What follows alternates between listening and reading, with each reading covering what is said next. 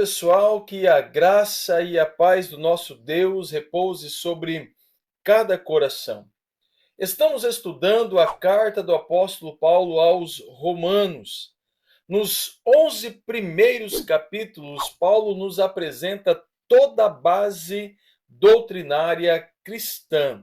Ele fala de temas como pecado, depravação total, justificação pela fé, redenção, remissão, eleição dos judeus, como também a eleição dos gentios. Resumindo todo este arcabouço teológico, o seu argumento é que a salvação é pela graça de Deus. A salvação é obra de Deus do começo ao fim. Agora, o seu foco se volta à vida prática do crente. Como tudo isso impacta a nossa vida no dia a dia, como se aplica temas como justificação pela fé e eleição nos relacionamentos, na ética cristã. O capítulo 12 é um verdadeiro manual de vida cristã transformada, abordando temas como um culto racional, serviço cristão, ética em comunidade e amor ao próximo. Obviamente que esse chamado à transformação é urgente em nossos dias, onde o cristianismo muitas vezes é reduzido à performance religiosa. Romanos 12 nos confronta com uma pergunta que é essencial: como refletir Cristo em uma cultura contrária ao Evangelho? A partir de agora, nós vamos dividir todo este trabalho do apóstolo Paulo no capítulo 12 em tópicos e subtópicos para que possamos compreender todo o seu desenvolvimento. Mas antes de qualquer coisa, tome aí a sua Bíblia, seu material de apoio, seu bloco de anotações, seu aplicativo, para que você possa aí anotar tudo aquilo que nós estaremos transmitindo nesta aula. Aparecerá para você também aí como slides na sua tela, para que você possa aí dar pausa no vídeo, para que você possa anotar estas informações e todo este conhecimento que estaremos transmitindo a você, que você só encontra aqui no Teolosofando, tá bom? Se você ainda não é inscrito no nosso canal, nós pedimos para que você se inscreva no nosso canal, ative as notificações para que a plataforma do YouTube possa te lembrar de todo o nosso trabalho semanal aqui no Teolosofando, como também curta o link dessa aula, comente, compartilhe este link no grupo da sua igreja, nas suas redes sociais, diz para os seus amigos, para os seus companheiros de trabalho, para os seus irmãos em Cristo Jesus, que tem algo sendo construído aqui no Teolosofando, que se propõe a edificar vidas, tá bom? Faça isso, nos auxilie neste propósito. Vamos lá. O apóstolo Paulo, ele vai tomar todo este arcabouço teológico e a partir de agora vai aplicá-los nos relacionamentos, na vida, no dia a dia, no cotidiano, naquilo que é ordinário, naquilo que é comum.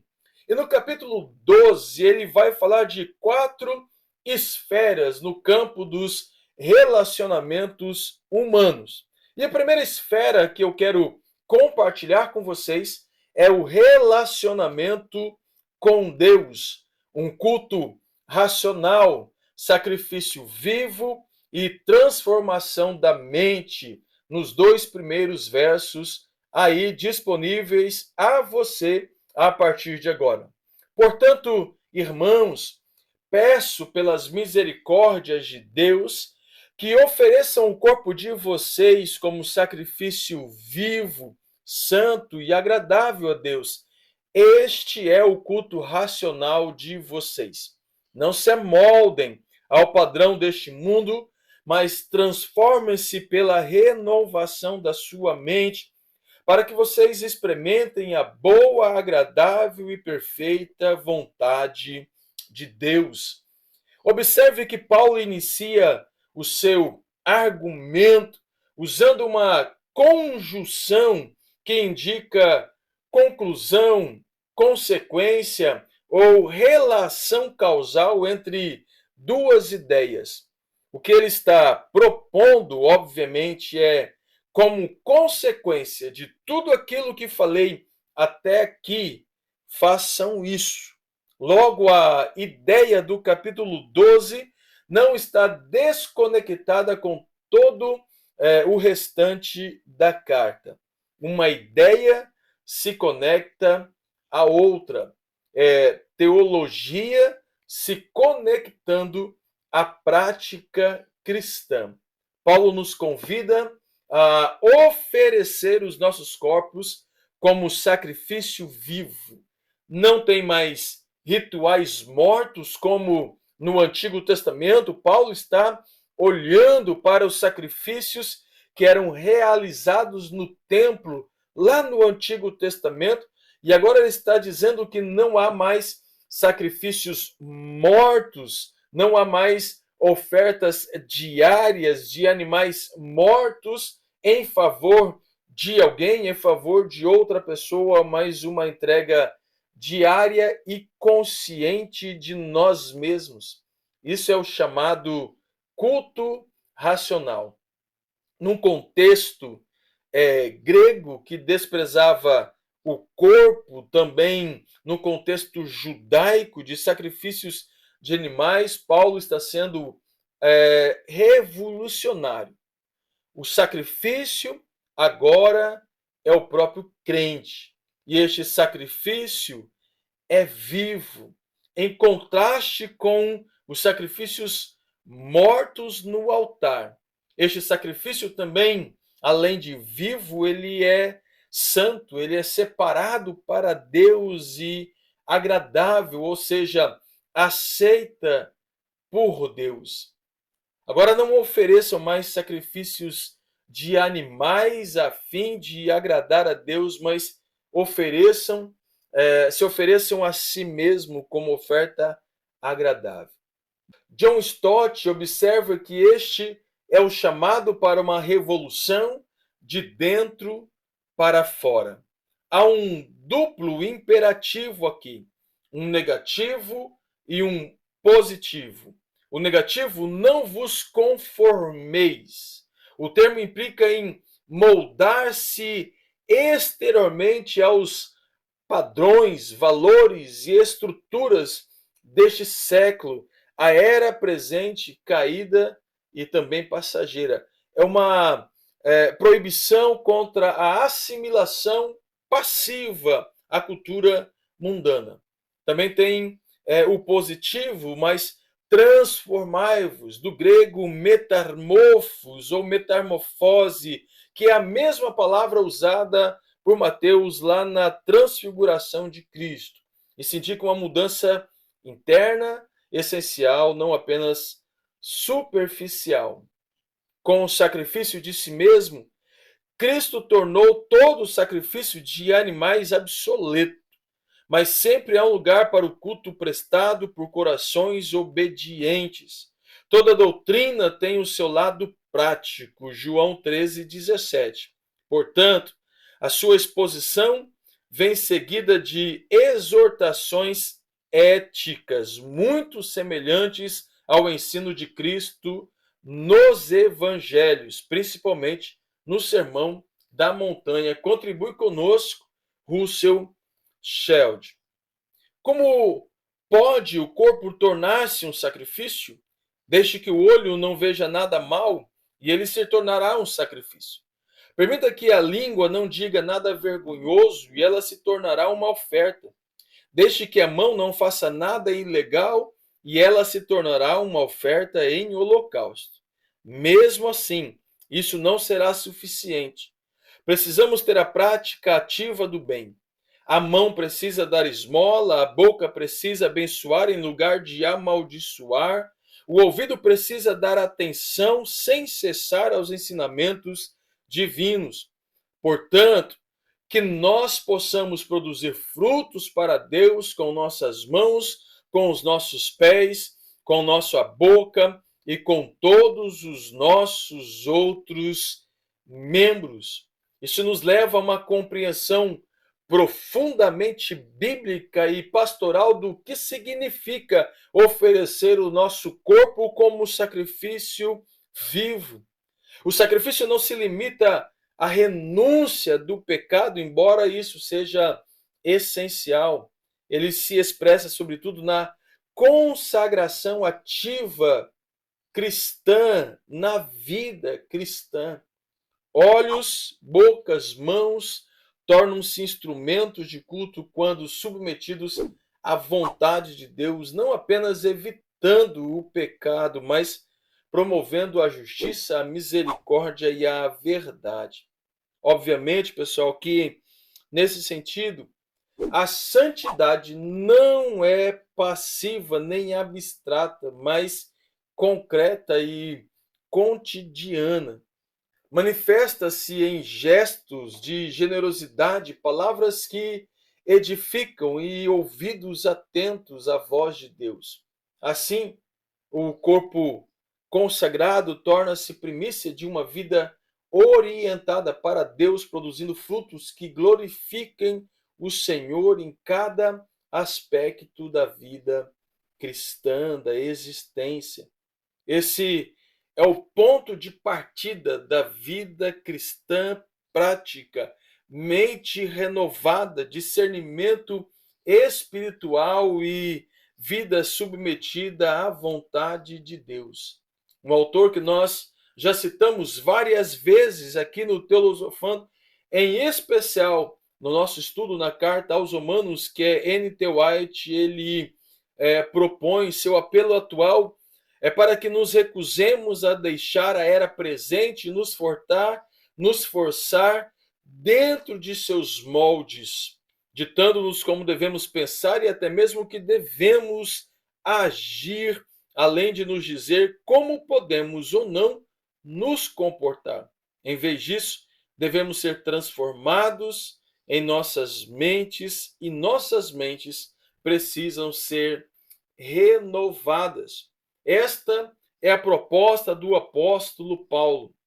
Tudo aquilo que ele apresentou até aqui nos 11 primeiros capítulos, colocar em prática, oferecendo a si mesmo como sacrifício vivo, santo e perfeito, agradável diante de Deus, para que nossos lábios, nossas mãos, para que nossos ouvidos possam aí transbordar a graça de Deus na vida, no cotidiano, na vida através da vida.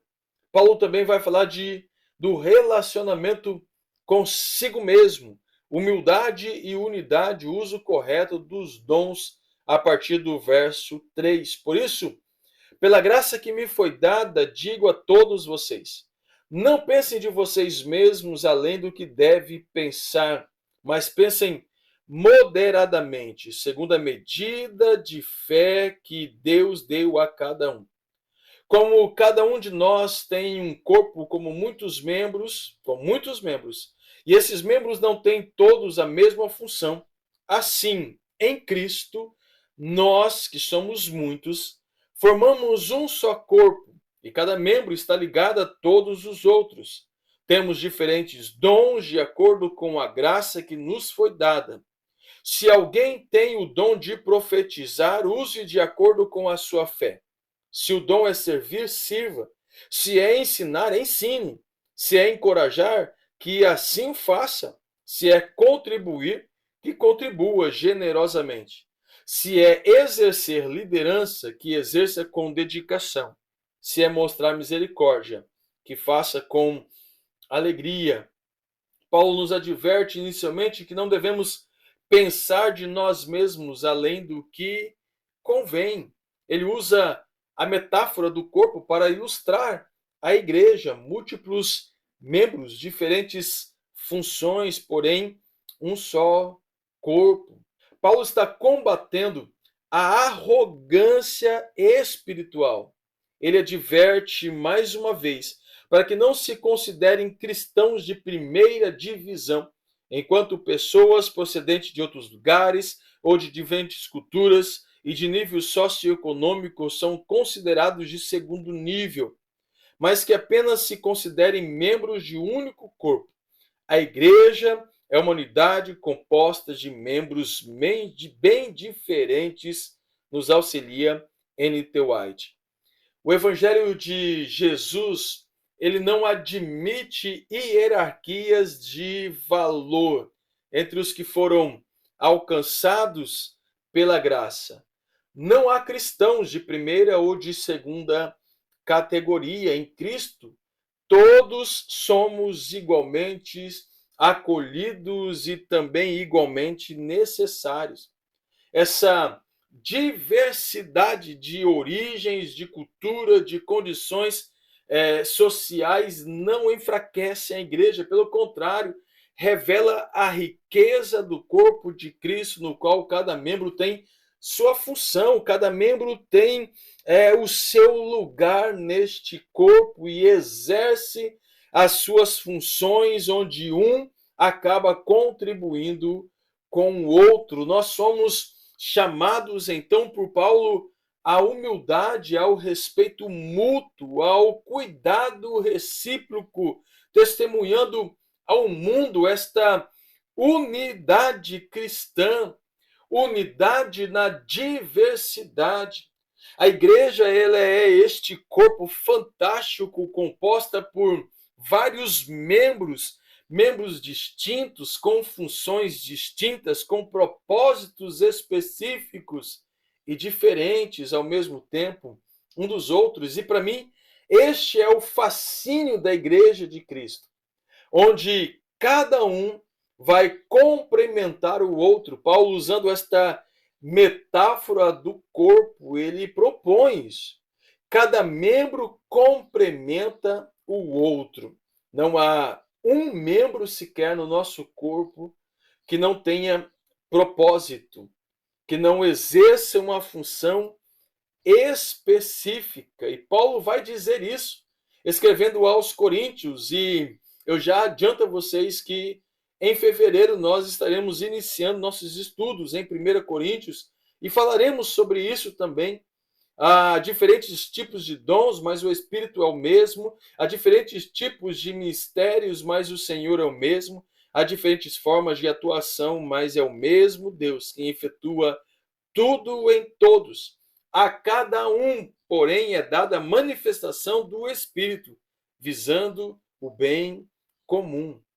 O propósito dos dons é a edificação mútua. Portanto, use os seus dons com humildade e zelo.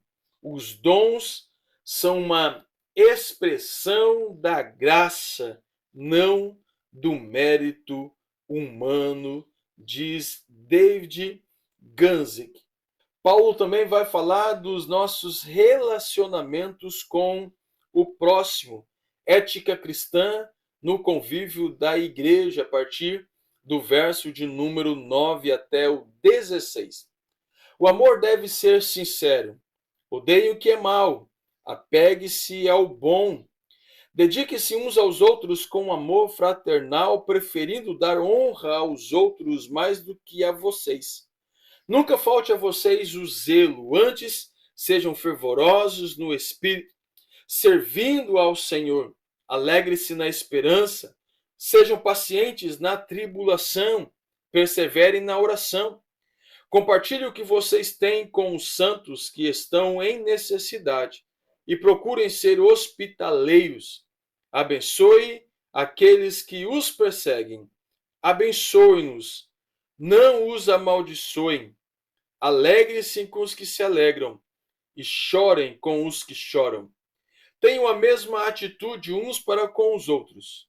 Não sejam arrogantes, mas estejam dispostos a associar-se às pessoas humildes. Não sejam sábios aos seus próprios olhos. Paulo, mais uma vez, oferece instruções práticas.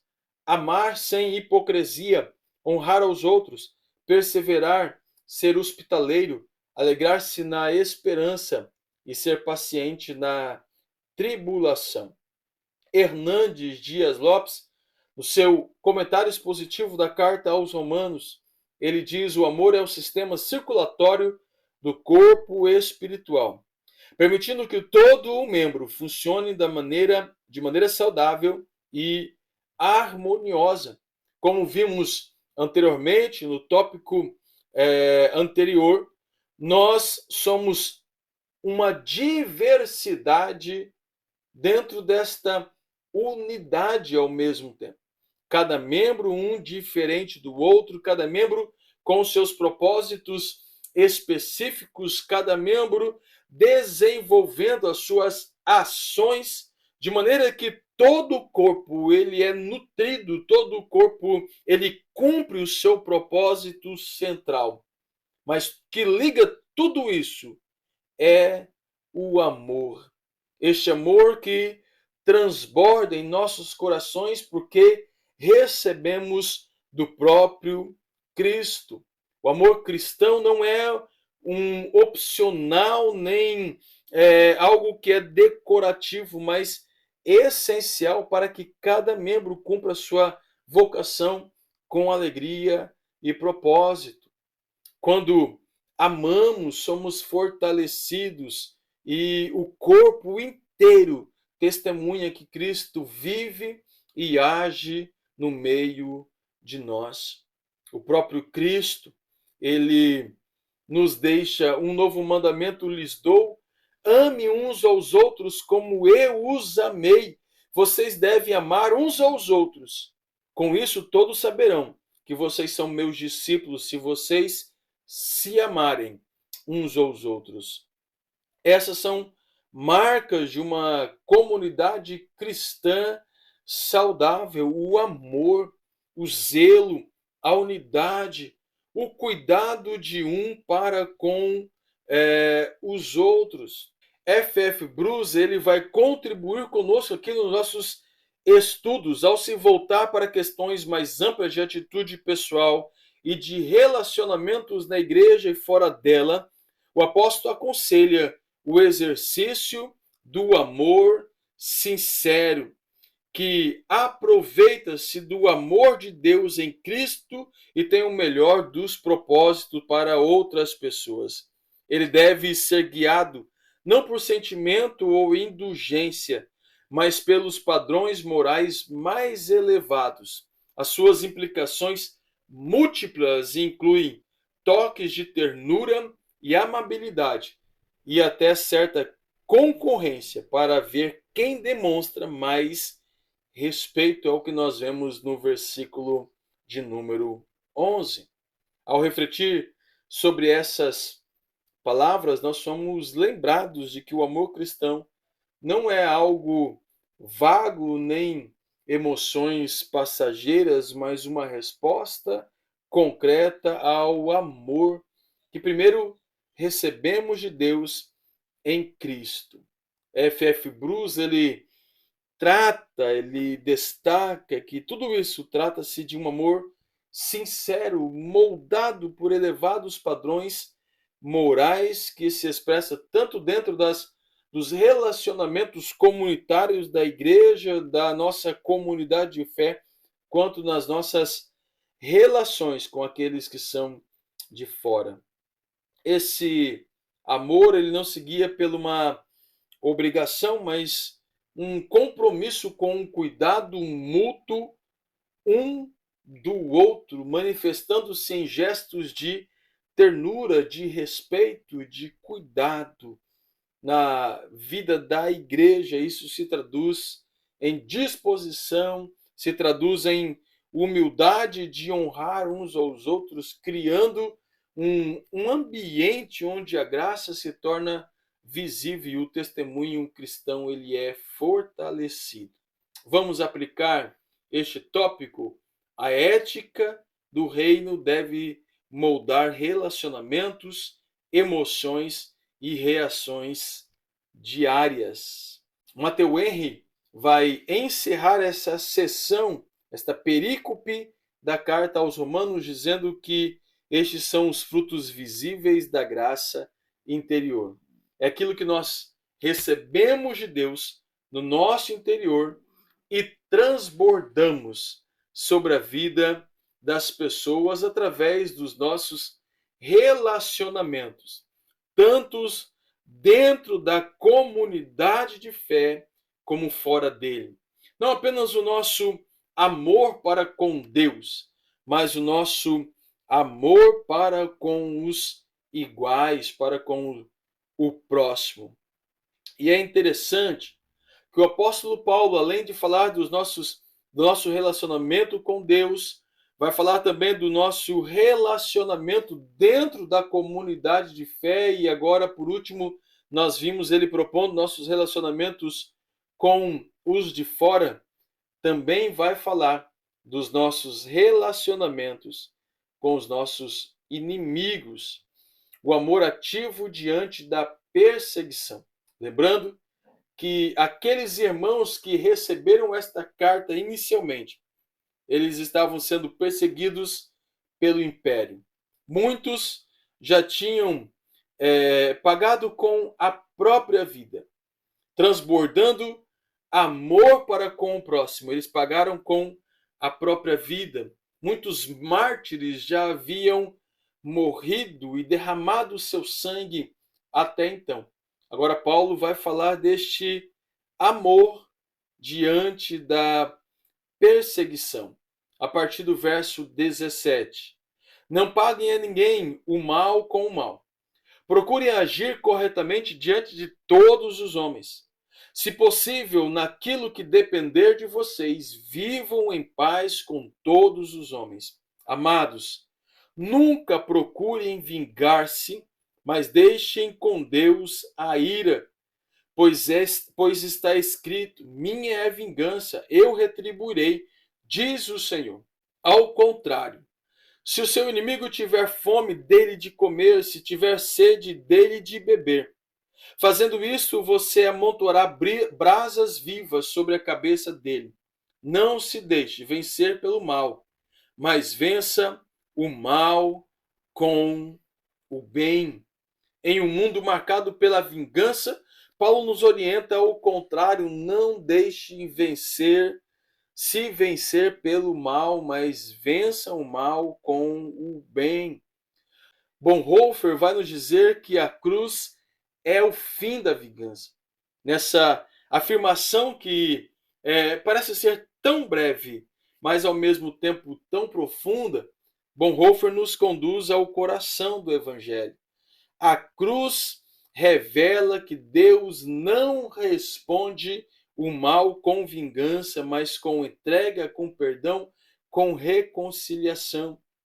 Diante do Cristo crucificado, somos confrontados a renunciar o nosso desejo de retribuição e somos ao mesmo tempo chamados a confiar na justiça do próprio Deus. Pastoralmente, isso nos ensina que seguir Jesus implica em abandonar o ciclo da violência, do ressentimento, permitindo, obviamente, que a graça transforme nossas feridas em caminhos de cura. A cruz, portanto, não apenas nos salva, mas redefine a maneira como lidamos com o mal, convidando-nos a viver uma vida marcada pelo perdão e pela paz. Vocês ouviram o que foi dito: ame o seu próximo e odeie o seu inimigo. Mas eu lhe digo: ame os seus inimigos e orem por aqueles que os perseguem, para que vocês venham a ser filhos de seu Pai que está nos céus. Porque ele faz raiar o seu sol sobre maus e bons e derrama chuva sobre justos e injustos. Se vocês amarem aqueles que o amam, que recompensa receberão? Até os publicanos fazem isso. Se vocês saudarem apenas os seus irmãos, o que estarão fazendo demais? Até os pagãos fazem isso. Portanto, sejam perfeitos, como perfeito é o Pai Celestial de vocês. Jesus está nos desafiando a vivermos a cultura do reino de Deus amando. E amando não apenas aqueles que nos querem bem, amando não apenas aqueles que nos trazem benefícios, aqueles que nos zelam, mas amando até mesmo os nossos inimigos. E assim saberão, como Paulo ele vai nos dizer anteriormente, que são filhos de seu Pai. Saberão que são discípulos de Cristo, porque amam uns aos outros. A vingança mantém o mal em circulação, seja na família, seja em uma cidade ou ainda em uma sociedade inteira. Quando recusamos a nos vingar e de forma deliberada nos livrarmos até mesmo do desejo de revanche, estamos assumindo a responsabilidade, ao menos por nossa própria saúde mental e emocional. Estamos nos recusando a permitir que nossas próprias vidas futuras sejam determinadas pelo mal que outra pessoa fez. Já é ruim o suficiente terem feito, seja lá o que fizerem. Por que então teriam o direito de nos manter em um estado de perversidade e amargura? É isso que Paulo quer dizer com deixar-se vencer pelo mal. N. T. White nos adverte. A vingança ela não é apenas um problema moral, mas também é um problema espiritual. Quando nutrimos o desejo de revanche, permitimos que o mal continue moldando nossas reações, nossos relacionamentos, nossos sentimentos e até mesmo nosso futuro. Ao nos recusarmos a vingar, não estamos apenas negando a dor nem minimizando a injustiça sofrida. Antes, estamos escolhendo não ser dominados por ela. A cruz é o fim da vingança. O que Paulo está nos propondo é que toda essa teologia trabalhada até então seja colocada em prática nos relacionamentos.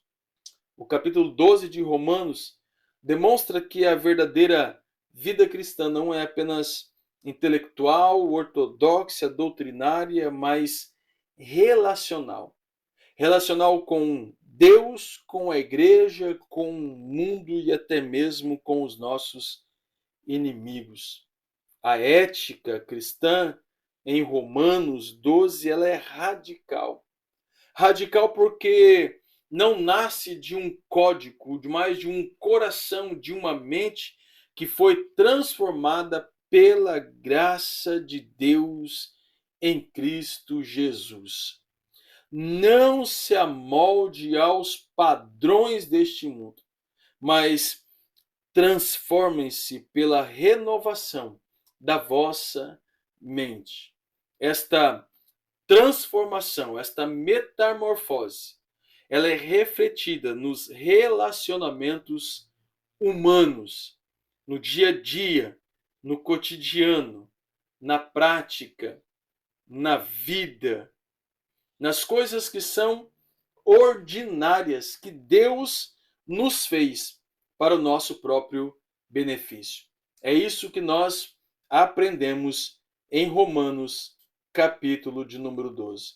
Fazendo isso, o nosso culto, a nossa vida, se torna um sacrifício vivo, perfeito, diante de Deus e, naturalmente, aceito por Ele. E assim nós saberemos qual é a boa, perfeita e agradável vontade de Deus para a nossa vida. Amém, pessoal? Que ensinamento extraordinário que Romanos capítulo 12 nos traz. Falando de coisas que são comuns para nós no dia a dia, dos nossos relacionamentos, onde transbordamos esta graça, este amor infinito do próprio Deus. Eu quero orar com você e já deixar um convite para que você possa continuar nos acompanhando semanalmente aqui no Teolosofando, porque nós vamos concluir os nossos estudos aos Romanos com mais 2 encontros que temos adiante e já iniciarmos os nossos estudos sobre a primeira carta do apóstolo Paulo à igreja de Corinto, que tem lições extraordinárias para serem transmitidas aos nossos corações. Vamos orar? Pai, nós te louvamos mais uma vez pela oportunidade de nos encontrarmos, mesmo que seja online, através desta plataforma, Senhor, que é o YouTube, que tem contribuído, Senhor, para que possamos desenvolver este estudo na carta aos Romanos. Nós te louvamos porque a sua graça nos alcançou. Nós te louvamos porque o Senhor inspirou o apóstolo Paulo a nos enriquecer com verdades, ó Pai, tão profundas, até o capítulo de número 11, quando ele tratou de todos os temas centrais da doutrina cristã que forma a nossa base ortodoxa. Mas agora, Senhor, também inspirado pelo Espírito Santo, ele vai nos chamar a aplicar todo este conhecimento, toda esta doutrina, Senhor, nos nossos relacionamentos. Relacionamento com o Senhor, onde devemos amá-lo acima de todas as coisas, amá-lo com todo o nosso entendimento, com toda a nossa força, como o seu Filho Jesus nos admoestou que devemos fazer. Mas também, ó Pai, amar o próximo como nós amamos a nós mesmos e cuidarmos mutualmente um dos outros. E oramos para que a tua graça transborde sobre as nossas vidas, para que possamos refletir este amor, para que possamos refletir esta graça, Senhor, no dia a dia, para que possamos abençoar outras vidas, para que possamos transbordar este evangelho que transforma, este evangelho que cura, este evangelho, ó Pai, que nos molda diariamente, Pai, para que possamos, ó Pai, refletir o caráter de Cristo onde estivermos. Pai, nós oramos para que a nossa ética seja moldada por tua palavra, não uma ética, Senhor, segundo os moldes deste mundo, segundo a forma, Pai, que este século nos quer pressionar, Pai, mas uma ética, Senhor, que seja moldada por tua palavra, uma ética que seja, Pai, moldada segundo a tua vontade e o caráter de Cristo Jesus. Pai, que os nossos relacionamentos sejam saudáveis, Pai, que a nossa vida no cotidiano, nossa vida ordinária, transborde este amor, esta graça que transbordou sobre nós, que nos foi dada através de Cristo Jesus. Que o teu Espírito Santo nos acompanhe nesta jornada, nesta tarefa. E oramos, Pai, mais uma vez, para que a bênção do Senhor alcance cada um dos nossos irmãos que nos acompanham semanalmente aqui no Teolosofando. Nós entendemos, Pai, que isso não nos tira, não nos priva de estarmos em comunhão uns com os outros na igreja, nos nossos cultos, sejam eles semanais, dominicais, o Pai, não importa, mas sabemos que isso não substitui este momento, Senhor, tão importante das nossas vidas em comunidade, mas é uma ferramenta que o Senhor nos deu para que possamos receber uma porção semanal da Tua Palavra. Portanto, ó Pai, nós oramos para que esses encontros semanais nos transformem, ó Pai, dia após dia, se tornem mais intensos, se tornem, ó Pai, mais voltados à Tua Palavra. Pai, que a bênção do Senhor e a graça do Senhor alcance todos os nossos irmãos em Cristo Jesus. Assim, nós oramos e te agradecemos, em nome do Senhor Jesus Cristo. Amém. Que os nossos relacionamentos sejam transformados, moldados, segundo a verdade da palavra de Deus. Não se esqueça, se você chegou até aqui, está conosco, está nos acompanhando aqui no Teolosofando, se inscreva no nosso canal se ainda não é inscrito, ative as notificações, curta o link dessa aula e contribua com este canal, dizendo aí para a plataforma do YouTube o quão relevante ele para a sua vida e o quanto ele está contribuindo pelo seu crescimento, para a sua formação, e compartilhe o link desta aula, o link do nosso canal, no grupo da sua igreja, nas suas redes sociais, entre os seus amigos, tá bom? E eu aguardo você.